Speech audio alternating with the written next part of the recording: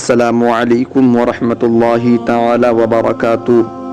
میرے دوستو، ایک مرتبہ درود پاک پڑھیں۔ اللہم صلی علی سیدنا مولانا محمد بارک وسلم، صلو علیہ صلاۃ و سلاما علیک یا رسول اللہ صلی اللہ تعالی علیہ وسلم۔ پیارے آقا صلی اللہ علیہ وسلم کے پیارے دیوانوں، آج کا عنوان ہے کبوتر کے بچے اور ایک اعرابی۔ ایک اعرابی اپنی آستین میں کچھ چھپائے ہوئے حضور صلی اللہ علیہ وسلم کی خدمت میں حاضر ہوا اور کہنے لگا، اے محمد صلی اللہ علیہ وسلم، اگر آپ بتا دیں کہ میری آستین کے اندر کیا ہے تو مان لوں گا کہ واقعی آپ اللہ کے سچے رسول ہیں۔ حضور نے فرمایا، واقعی ایمان لے آؤ گے؟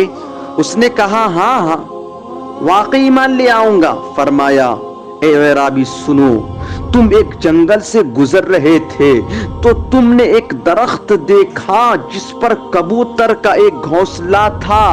اس گھونسلے میں کبوتر کے 2 بچے تھے۔ تم نے ان دونوں بچوں کو پکڑ لیا۔ ان بچوں کی ماں نے جب دیکھا تو وہ ماں اپنے بچوں پر اڑ کر گر گئی۔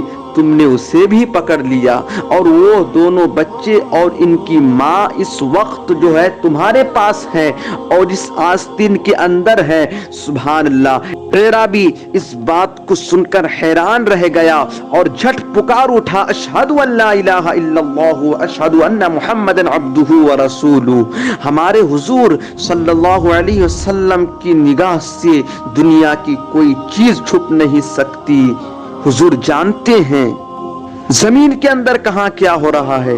خشوع دل کی ایک کیفیت کا نام ہے، حضور اسے بھی ملاحظہ فرماتے ہیں۔ میرے دوستو، ہمارے چلنے پھرنے، اٹھنے بیٹھنے اور کھانے پینے وغیرہ ہر قول و فعل کی حضور کو ہر وقت خبر ہے۔ میرے امام عشق و محبت فرماتے ہیں، اور کوئی غیب کیا تم سے نیہا ہو بھلا، جب نہ خدا ہی چھپا، تم پہ کروڑوں درود، تم پہ کروڑوں درود۔ السلام علیکم ورحمۃ اللہ وبرکاتہ۔